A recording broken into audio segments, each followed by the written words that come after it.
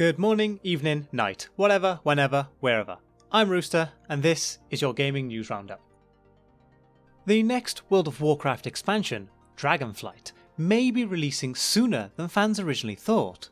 Blizzard have put the expansion up for pre-orders this week, advertising as much on Twitter, with the usual expected features such as 30 days of game time, character level boosts, mounts, that sort of stuff, with 3 various versions available. The Epic, Heroic and Base editions are going for $74.99, $54.99 and £39.99 respectively.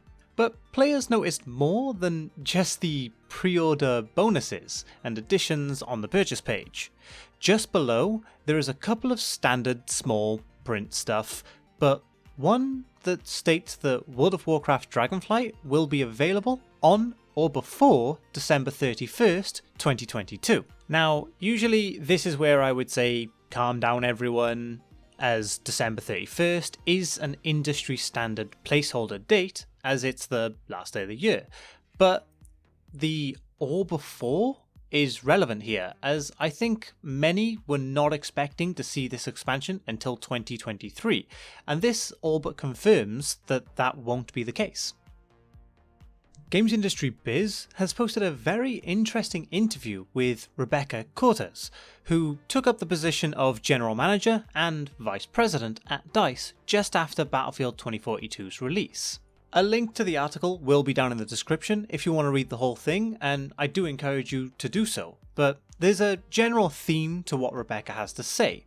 In short, DICE is not ready to move on from Battlefield 2042 and intend to focus heavily on improving and updating the game, which is great news for Battlefield fans who would like to see a return to glory for this game, but not so good for fans hoping for new entries into other DICE franchises like Mirror's Edge or Battlefront.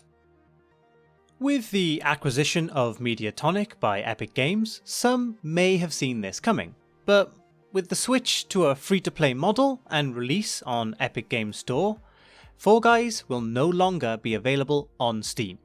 But if you already own and play the game on Steam, do not worry, as Mediatonic have confirmed that the Steam version of the game will maintain full support. The game will simply be removed from Steam's storefront, removing the ability to purchase the game on Steam. So if you don't already own Fall Guys and are excited to give it a go, then you'll now have to move on over to the Epic Games Store to go and download it and play it. 3 months ago, Tiny Tina's Wonderland released exclusively on the Epic Games Store. Now, with the release of the DLC Molten Mirrors, Tiny Tina's Wonderland will be releasing on Steam alongside the DLC. That's not all though, as the Steam version will be releasing with a nice 20% discount for those who purchase the game on Steam before July 7th. So if you've been holding off on buying the game, or you simply were waiting for the game to come to Steam, then now is your chance to head on over and get the game for a slightly better price.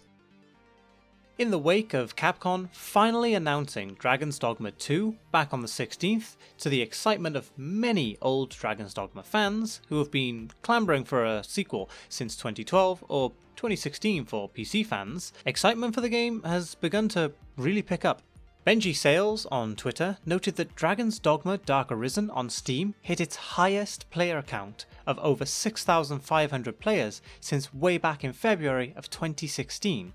And I agree with this statement that it's nice to see this IP coming back and interest rising. It has even managed to get itself back into the top 50 top sellers on Steam, being on a huge discount of 84% as of the writing of this.